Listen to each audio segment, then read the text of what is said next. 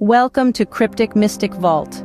Have you ever contemplated who Mahmud of Ghazni was and how his actions forever altered the course of India's history?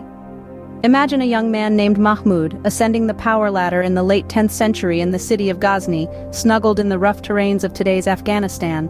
The environment around him was a whirling pot of political and cultural transitions, with the Indian subcontinent and Central Asia teetering on the edge of dramatic transformation.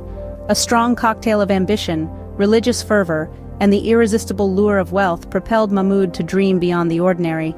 His aspiration was to etch his name in the annals of history, not just as a ruler, but as a conqueror. His gaze shifted eastwards towards the rich and diverse lands of India, driven by a desire for greater dominion and a vision of grandeur and glory. Mahmud's ambition for expansion was fueled by a potent mix of desire for wealth, religious zeal, and the dream of etching his name in the annals of history as a great conqueror. Mahmud's religious zeal played a significant role in his campaigns, inspiring and justifying his numerous incursions into the Indian subcontinent. This fervor was not only a personal drive but also a potent rallying cry for his army, a justification for their actions. Mahmud led no less than 17 expeditions into the Indian subcontinent. Each campaign was meticulously planned and executed, demonstrating his military prowess. His forces, drawn from Ghazni and its surrounding regions, were a formidable mix of seasoned warriors, zealous followers, and mercenaries. His raids targeted the wealthy temples across the region, seen as repositories of immense wealth and symbols of a religion different from his own. The temples of Thanishwar and Mathura fell to his forces, their wealth plundered, their idols destroyed.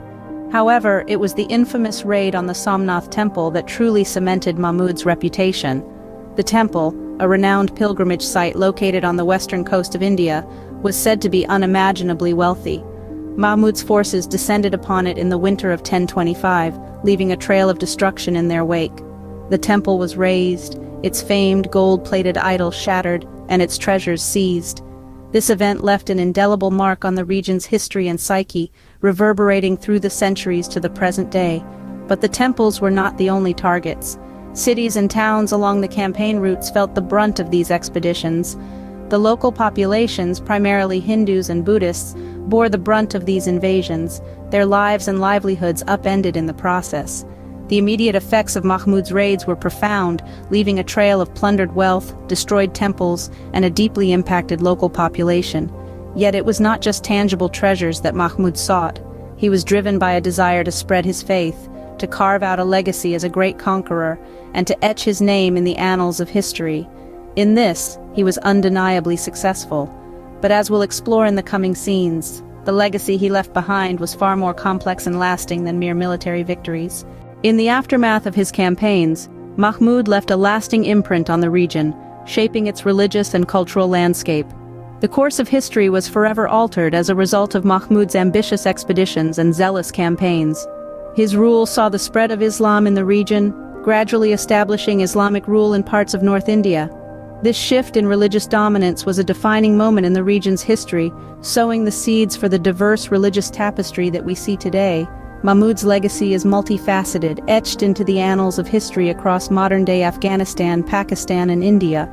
In Afghanistan and Pakistan, Mahmud of Ghazni is often regarded as a heroic figure, a great conqueror who expanded the frontiers of Islam. His reign is remembered as a golden age characterized by military victories, territorial expansion, and the flourishing of Islamic arts and sciences. However, in India, perspectives on Mahmud's reign are starkly different. Here, Mahmud's invasions are viewed as a period of destructive raids and religious intolerance. The destruction of Hindu temples and the plundering of wealth are seen as acts of religious aggression, marking Mahmud as a figure of oppression in the annals of Indian history. Yet, despite the destruction, Mahmud's reign was not solely defined by conquest and plunder. As a patron of the arts and sciences, Mahmud transformed Ghazni into a vibrant center of Islamic learning and culture. Scholars and artists flocked to Ghazni, contributing to the rich tapestry of Islamic civilization. Renowned poet Ferdowsi, known for his epic Shahnameh, and the polymath al-Biruni, whose works in various scientific fields have left an indelible mark on the world, were among the luminaries of this period. In the grand scheme of history, Mahmud of Ghazni's legacy is a complex tapestry of conquest, cultural exchange, and religious shift. His reign saw Ghazni transform into a vibrant center of Islamic learning and culture, a testament to his patronage of scholarly and cultural pursuits. Mahmud of Ghazni remains a complex figure in history, celebrated as a hero in some narratives, vilified as a destroyer in others. This dichotomy is deeply rooted in the contrasting perspectives of his reign. On one hand, he's hailed as a heroic figure in Islamic narratives for his valiant conquests and the spread of Islam in the Indian subcontinent. On the other hand, he's often deemed a villain in Indian narratives for the destruction of temples and the plundering of wealth.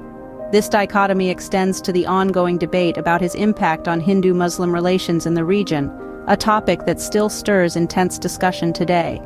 The Ghaznavid Dichotomy is a testament to the myriad interpretations of historical figures and events.